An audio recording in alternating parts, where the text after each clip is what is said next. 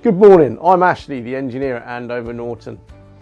We still get many questions about which way does the rocker spindle fit. Despite there being the correct answer on social media, various sites, in the books, everywhere, we still get calls, which way does this fit?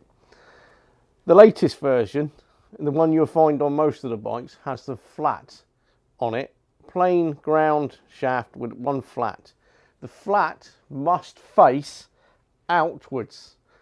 When I say outwards, for some that'll be forward and some that'll be aft, forwards and backwards, depending on where you come from, what analogy you want to use.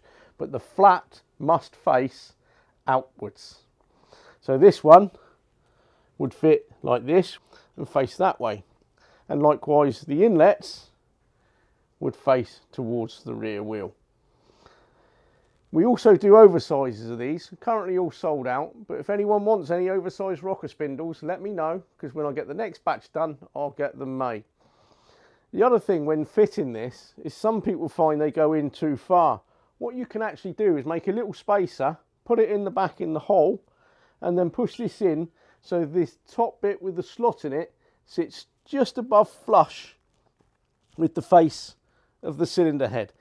Some people say it sticks out, but when you look at the gaskets you put on there, it will only sit within the gaskets anyway, and it'll allow it to engage on the anti-rotation device as well.